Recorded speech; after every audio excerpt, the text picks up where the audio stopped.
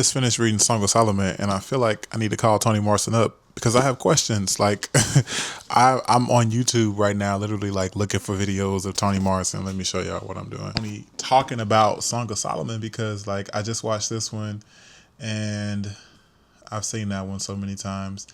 Then I watched another one where she was talking about it, but there's not very many videos of her in her own words talking about Song of Solomon.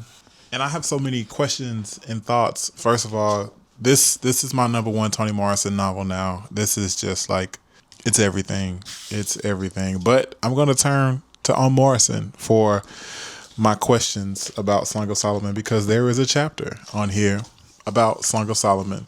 So I'm gonna see what she has to say about Song of Solomon, and then I'll report back. But yeah, I can easily say the story of finding yourself, believing in yourself, understanding yourself, and coming home to yourself is really, really, really exemplified in Song of Solomon. And I'm still trying to piece together the ending and like why it had to be why Guitar had to be the one to free and kill Milkman. Like, I have so many questions, so many thoughts, but I'm going to save them for my full review.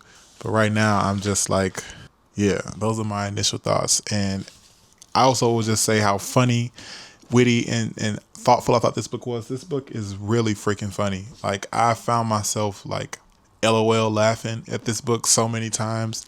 I think it's definitely some of her funnier works.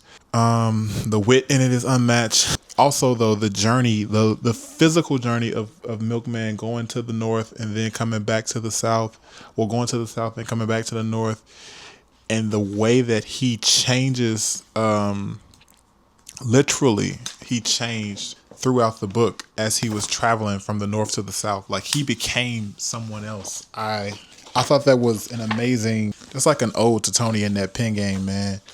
The fact that like he became someone else through the retelling and the hearing of and the nostalgia of hearing about who his grandfather and his father was, and when he returned, he was able to offer his family something new. And I also am wondering, like, was that conversation, was any of that stuff that he remembered when he got to Shalimar, was that real life or was that fiction? Was that actually happening, or was he making that? Was he imagining that?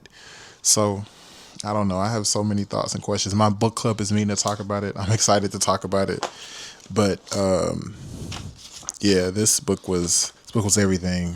Shout out to Toni Morrison and that pen, man. She's one of one. Long live the great Toni Morrison.